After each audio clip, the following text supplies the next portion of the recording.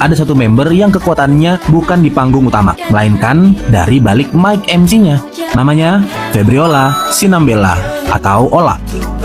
Kalau lo pikir dia cuma sekedar member pelengkap di JKT48 karena jarang dapat posisi di depan, ya lo pikir-pikir lagi deh.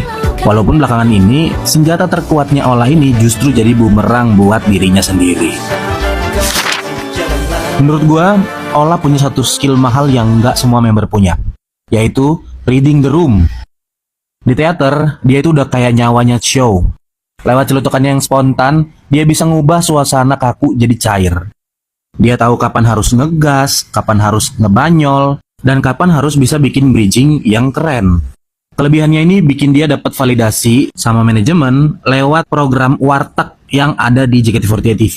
Ola ngebuktiin kalau dia itu natural komunikator yang bisa bikin suasana terasa lebih manusiawi dan gak kaku kayak robot.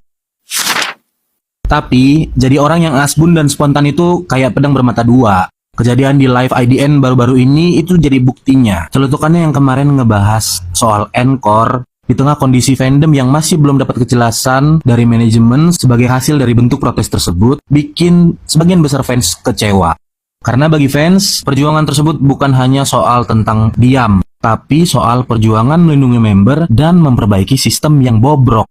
Dari sini kita diingetin, kalau komunikasi yang asik tapi nggak dibarengi sama filter yang tepat bisa jadi blunder besar yang bahaya.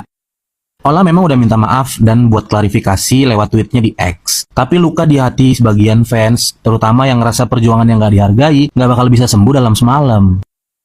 Masalahnya blunder ini tuh datang di waktu yang sensitif dan gak tepat banget saat Ola lagi di-push untuk masuk ke dalam senbatsu terbaru. Karena banyak mata yang nunggu dia salah langkah dan banyak haters yang ngejadiin ini sebagai ajang balas dendam buat ngejatuhin Ola.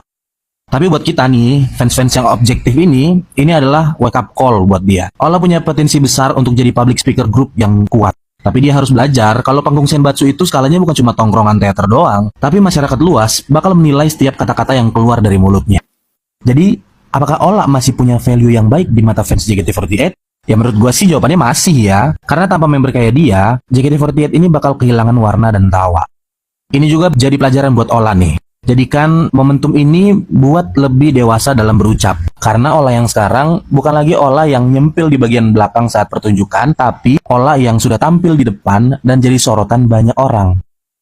Dan pelajaran juga nih buat kita sebagai fans. Kita memang berhak kecewa, kita berhak mengkritik. Tapi jangan sampai kritik tersebut berubah menjadi kebencian yang membutuhkan kita tentang semua value yang pernah member tersebut kasih. Karena kadang berlian pun butuh tekanan dan benturan supaya bisa benar-benar berkilau dengan sempurna.